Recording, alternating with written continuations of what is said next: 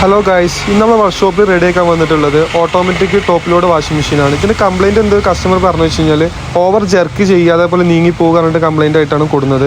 അപ്പോൾ നമ്മൾ ചെക്ക് ചെയ്ത് നോക്കിയപ്പോൾ അതിന് gear box, suspension rod, spider ഇതൊക്കെ ഡാമേജ് ആയിട്ടാണ് നമ്മൾ കണ്ടത്. അപ്പോൾ അത് ചേഞ്ച് ചെയ്യുന്ന വീഡിയോ നമ്മൾ കാണുന്നത്.